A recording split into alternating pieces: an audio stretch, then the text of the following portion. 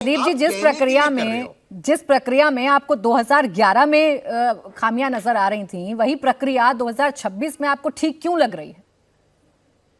और एफिडेविट दिया इसलिए क्योंकि अब डिजिटल एन्यूमरेशन हो रहा है। 2011 में मैनुअल एन्यूमरेशन हो रहा था, अब डिजिटल एनालिसिस होगा। एआई टूल्स है, तमाम डेटा के टूल्स है जिसके अंदर आप डिजिटली एनालाइज कर सकते हैं। 2011 के अंदर एआई का जमाना नहीं था, डिजिटल जमाना नहीं था, इसलिए मैनुअल था, इसीलिए वो मैनुअल की बात हो रही थी। पिछले 1-2 सालों के अंदर हमने एआई का, डेटा का इस्तेमाल इतना ज्यादा यूज कर लिया है कि इसकी जरूरत नहीं है। द टूल्स विल अपने आप डेटा एन्यूमरेशन करने वाले। पॉइंट नंबर 1, हम तेलंगाना जैसे नहीं कर रहे कि तेलंगाना के अंदर जो 61% ओबीसी समाज का रिप्रेजेंटेशन था, उसको तेलंगाना की सरकार ने इतना गलत तरीके से किया, मैनुअल तरीके से किया कि 49% पे उन्हें ओबीसी समाज को अंडर रिप्रेजेंट किया और मुस्लिम समाज को ज्यादा रिप्रेजेंटेशन देने की बात करी। नवंबर 2025 की मैं बात कर रहा हूं। तो भाई इनमें और हमें यही फर्क है। और मैं बेसिक बात पूछ रहा हूं प्राची जी, क्या हमें हमारे सिटीजन्स पे ट्रस्ट नहीं होना चाहिए कि क्या हमें हमारे सिटीजन्स पे ट्रस्ट होना चाहिए? कोई भी बेसिक पॉलिसी या तो ट्रस्ट पे बनती है, ट्रस्ट डेफिसिट पे बनती है।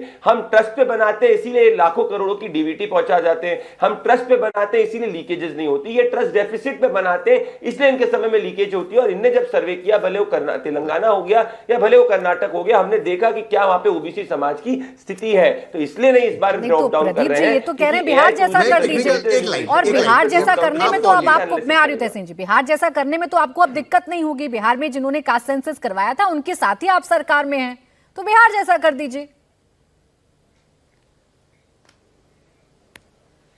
हर जगह का मॉडल, हर मॉडल से बेस्ट लर्निंग्स होते हैं और उस मॉडल से आप कुछ सीखते हैं। तो जो जिस मॉडल की अच्छी लर्निंग होगी उससे हम सीखकर इंश्योर करेंगे कि जो जेन्युइन रिप्रेजेंटेशन है, जो ग्राउंड का रिप्रेजेंटेशन है, वो डेटा के माध्यम से आए। और अगर तहसीन को या किसी को भी लगता है कि भाई सही तरीके से नहीं हो रहा, तो कोर्ट जा सकता है, कोर्ट के अंदर एक पिटीशन दाखिल कर सकता है और कोर्ट के अंदर, कोर्ट अगर उनकी बात को सुनता है, सरकार अपना कोर्ट के अंदर जवाब देगी। पर अभी मुख्य बात है कि प्राची जी, एआई और डेटा के जमाने पे वी हैव टू इंश्योर के मॉडर्न तरीके से, बेहतर तरीके से करें जिससे कि कोई लीकेजेस नहीं हो और गलत रिप्रेजेंटेशन ना हो। तहसीन पुणे वाला तो एआई का काफी इस्तेमाल करते हैं, उनको तो स्वागत करना चाहिए जो सरकार कर रही है, ना कि बाबा आदम के जमाने में जाना मैनुअल एन्यूमरेशन। तहसीन जी, क्या आपको ये यकीन नहीं है कि भारत के नागरिकों को अपनी जाति नहीं पता, वो अपनी जाति नहीं लिख सकते? मुझे यकीन है वर्तमान सरकार ने, मुझे पूरा यकीन है वर्तमान सरकार ने एफिडेविट में क्या 46 लाख सब कास्ट ग्रुप बने एक्स्ट्रा। लेकिन उसके एक चीज मैं कहना चाहता हूं प्राची जी, प्लीज, मैं 30 सेकंड के बाद बात नहीं करूंगा। मैं एआई में इन्वेस्ट भी करता हूं, यहाँ पे जितने भी लोग हैं मैं एआई में इन्वेस्ट भी करता हूं। एआई बनता है डेटा के ऊपर। अगर ये पहली बार कास्ट सेंसस हो रहा, क्योंकि जो 2011 का सेंसस है, इन्होंने एफिडेविट पर क्या उसमें डेटा में एरर था, तो अपने डेटा लाया कहां से एआई को उसको छानने के लिए? वो डेटा लाया कहां से? यही तो डेटा जाएगा 2036 में। भाई एआई यूज करने के लिए बेस होता है डेटा, वो डेटा कहां से आया? और अगर आपके पास पहले से डेटा था जो 2011 का बेस हो सकता है डेटा, तो वो डेटा आप रिलीज क्यों नहीं करते? वो बता दीजिए डेटा, क्योंकि आपने खुद का रिलीज नहीं हो सकता। 46 लाख एक्स्ट्रा कास्ट ग्रुप बन गए, उसके अंदर एरर है, तो या तो एरर है आप उसको यूज नहीं कर रहे, तो डेटा कहां से आपके पास ये बता दीजिए, और किसने डाला ये डेटा अंदर? वरना एआई कैसे करेगा मेरे भाई? दे प्रदीप भंडारी जी, छोटी सी क्वेरी है उनकी, फिर राजन जी और शांतनु जी आ रही हूं। नहीं, मेरा एक सवाल है प्रदीप भंडारी। एक सेकंड राजन जी, बस एक छोटा जवाब दे दें एआई पे। फिर आ रही हूं राजन जी, आ रही हूं। हाँ बोले प्रदीप जी। बोले प्रदीप भाई। नहीं, मैं कह रहा हूँ तहसीन भाई की जो क्वेरी है वो बिल्कुल किंडरगार्टन वाली क्वेरी है। और वो ऐसी क्वेरी है जो व्यक्ति एनालिसिस और डेटा नहीं समझता है। मैं इसमें क्या जवाब दूं भाई? जब कोई चीज में, छोटा सा एग्जांपल आपको दे रहा हूं, मैं वापस से विजुअल रिप्रेजेंटेशन तहसीन जी कहूंगा। मैं चाहूंगा कि कैमरा पर्सन भैया जरा जूम कर लो आप जरा। ये तहसीन भाई ध्यान से आप देखना प्लीज। हाँ, ये नोटिफिकेशन है 14 अगस्त 2026 का, पहले का नहीं है। मैं चाहता हूं प्राची जी जरा आप प्लीज ध्यान से इस चीज को देखें। 10वें कॉलम में SC/ST/कास्ट, CAST कास्ट, ये हमने कहा है। कास्ट में हमने कोई स्पेसिफिक नहीं दिया, मतलब किसकी जो भी समाज का रिप्रेजेंटेशन है वो यहां पे कर सकता है। तो क्या तहसीन पुणे वाला झूठ बोलेंगे उनकी कास्ट क्या है?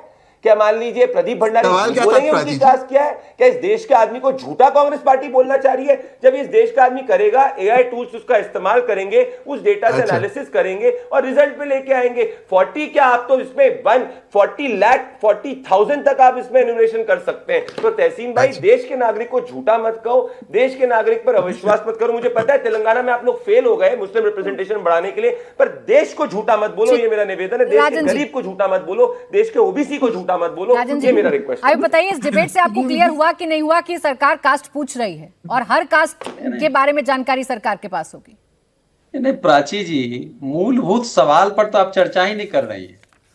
अच्छा, ये नहीं था सवाल? डिजिटल तौर तरीके से सर्वे कराया जाएगा। जरा सोचिए, 2011 के जनगणना के अनुसार देश में 87%, 87% साक्षरता दर पुरुषों की है और 74% साक्षरता दर स्त्रियों की है, और बिहार जैसे पिछड़े राज्यों में तो 61% साक्षरता दर है। अब ये तो सर्वे है और जातीय जनगणना के अनुकूल यह तथ्य है, और ये तथ्यों के अनुकूल जरा सोचिए कि डिजिटली जो है कितने वर्ग हमारे जो गांव देहात में रहते हैं, शहर से दूर रहते हैं, राजकुमार जी, अभी तक कास्ट नहीं पूछ रही सरकार, इस पर दिक्कत थी। अब डिजिटल करा रही है, इस पर दिक्कत है। ये तो गोलपोस्ट बदलना हो गया।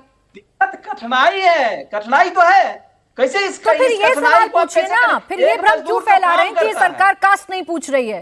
पहले ये क्लियर कर लीजिए, सरकार कास्ट पूछ रही है, ये ठीक है ना?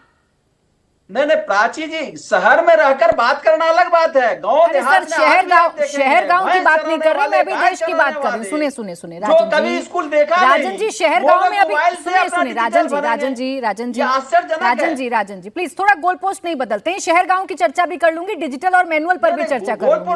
पहला सवाल है, पहला सवाल है, क्या ये सरकार कास्ट पूछ रही है? इस पर यकीन है आपको, हाँ या ना?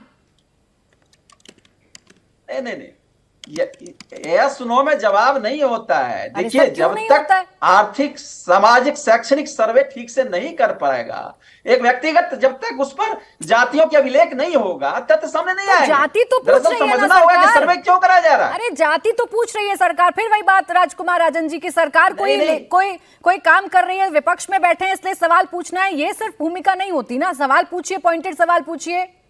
आप ऐसे सवाल पूछिए जिस पर प्रदीप जी जवाब दें। अभी आप खुद ही कंफर्म नहीं है आपको सवाल क्या पूछना है। प्राची जी, सबसे बड़ा सवाल है कि जाति के साथ साथ उसे समाज, आर्थिक, राजनीतिक, शैक्षणिक सर्वे करना होगा। अब इसका कंक्लूजन बता दीजिए क्या है। रुक जा राजकुमार जी, समाज में क्या है? प्राची जी, आपकी ये 50 मिनट की डिबेट में ये तो क्लियर हो गया, ना तो राजकुमार राजन जी ने, ना घनश्याम तिवारी ने वो फॉर्म भी देखा है। अगर कुछ पॉइंट रख पाए तो तहसीन मेरे पास फॉर्म ही नहीं देखा है, उनको मालूम ही नहीं है कि कास्ट का एन्यूमरेशन। देखिए, क्वेश्चन कहां से शुरू हुआ था? जयराम रमेश के ट्वीट से स्टार्ट हुआ था। उसमें 2 टेक्निकल पॉइंट है बिल्कुल, और तहसीन ने उसके बिल्कुल जवाब भी दिए। उस पर डिबेट हो सकती है, वो डिबेट है, वो आइडियोलॉजिकल पॉइंट है। ओबीसी का ड्रॉप डाउन है कि नहीं है, ठीक है, पहला ये प्रश्न था। दूसरा, आप कास्ट, ये तो वो कह भी दे नहीं कास्ट पूछ रहे हैं, सबको पता है कास्ट पूछ रहे हैं। वो जयराम रमेश भी कह रहे हैं कास्ट पूछ रहे हैं, वो कह रहे हैं कि पहले से प्री डिसाइडेड कास्ट लिस्ट क्यों नहीं है, ये क्वेश्चन है। राजन जी कुछ और ही कह रहे हैं कि डिजिटल व्यक्ति को खुद नहीं भरना है बाबा, जो व्यक्ति जाएगा उसके हाथ में टैब होगा। आप सेल्फ इन्यूमरेशन कर सकते हैं, लेकिन वो आपकी स्वच्छंदता है।